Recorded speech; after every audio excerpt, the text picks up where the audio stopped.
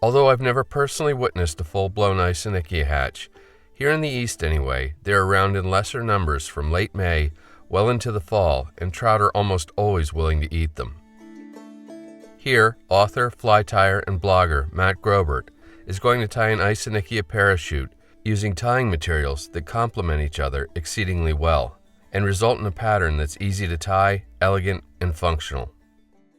For a hook, Matt uses a nice big, size 12 Dai-Riki No. 300 dry fly hook. Leaving some space behind the eye, he takes wraps to attach his standard 6/0 olive Danville and then breaks the tag end off. White calf body hair is used for the post wing. Snip a small clump free from the hide and strip out the shorter fibers from the butt ends. Place the calf hair in your stacker and give it a good stacking to align the tips. These tips will point forward when they're tied in, so Matt orients the stacker accordingly and removes the aligned hair by the tips before getting hold of it with his left hand. Measure the hair to form a wing post 1 hook shank in length and transfer that measurement forward to the tie-in point. With a pinch wrap, make 2 loose wraps of tying thread and then pull straight up. While still pinching the hair, continue taking wraps to firmly anchor it to the hook shank. You can then lift the butts up and snip them off close. Don't worry about making a fancy angle cut to help with body taper. Keep taking thread wraps forward before pulling the hair back and making a thread dam in front of it to keep it upright.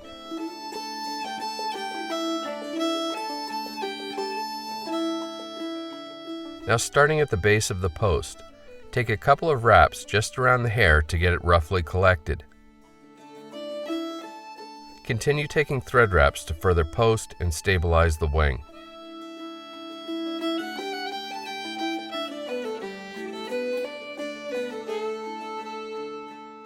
The stronger you can make the right angle connection, the better.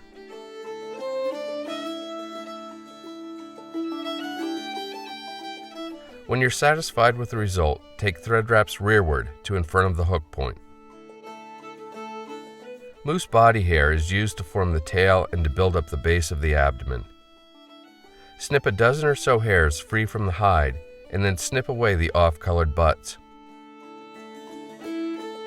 Stack the hair, this time pulling the tips out with your left hand and then getting a hold of them with your right. Notice this is the opposite of what was done for the wing. Measure the hair to form a tail a hook shank in length and then snip off the butts so they'll line up against the butts of the wing. You can see how this wonderfully simple technique forms a nice even underbody for the abdomen. With the moose hair secured, once again end with your thread at the hook point. For dubbing, Matt uses his own custom rabbit fur blend that's 1 part burgundy, 1 part black, and 1 part gray. It's really good looking stuff. Create a fairly long, slender dubbing noodle on your tying thread, and then begin taking wraps so the dubbing starts right at the base of the tail. Continue taking wraps forward to make a nicely tapered abdomen that ends just at the base of the wing. Then make a single thread wrap right in front of the wing. For Hackle, Matt selects an appropriately sized feather from a medium dun neck. Although here he snips the lower portion of the feather off for video reasons, a feather of this length could be used to create 2 or even 3 flies. Strip about 1/4 inch of barbules free from both sides of the stem. Place the feather, with the shiny side facing upward, against the near side of the hook and take wraps around the bare stem in front of the wing post. Make sure the stem is well secured directly to the hook shank before raising the feather to vertical and taking wraps to attach it to the wing post. Finish with a single wrap around the hook shank. With a small pinch of the same dubbing, create a shorter, thin noodle on your tying thread.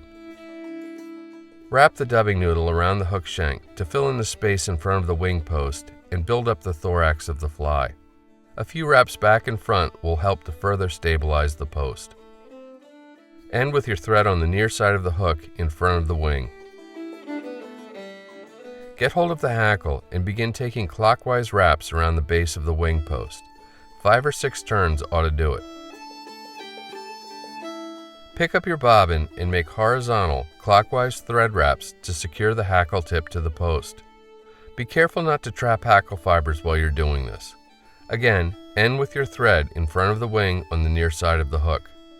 With fine pointed tying scissors, reach in and carefully snip the remaining hackle off close. With your whip finish tool, whip finish around the wing post as opposed to the hook shank. This orientation for a whip finish may seem awkward at first, but is really fairly easy to do with a bit of practice. With your tying thread secured, you can cut or snip it off close to the wing post. Although this fly works great on its own, it also works very well as an indicator when placed in front of smaller offerings.